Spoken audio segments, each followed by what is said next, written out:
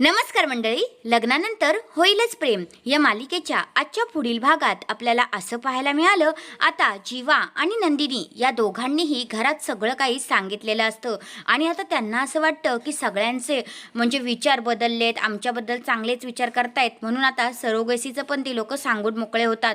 पण सगळ्यांना हे सरोगेसीचं ऐकून खूपच टेन्शन येतं आणि म्हणतात, अरे बापरे, म्हणजे तुम्ही कसं काय केलं? मग पार्थ म्हणतो, अरे पण त्यासाठी तर आपल्या नात्यातली व्यक्ती लागते ना, मग कोणाला तुम्ही चॉईस केलं?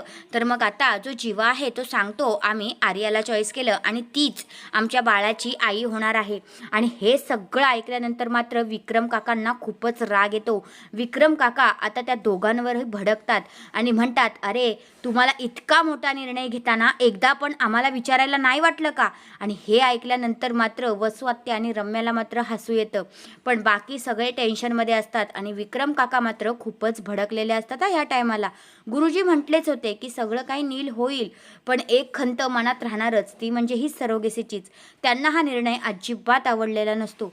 तर हा आहे तो जबरदस्त पुढील भाग. तुम्हाला कसा वाटला ते कमेंट करून नक्कीच सांगा. धन्यवाद.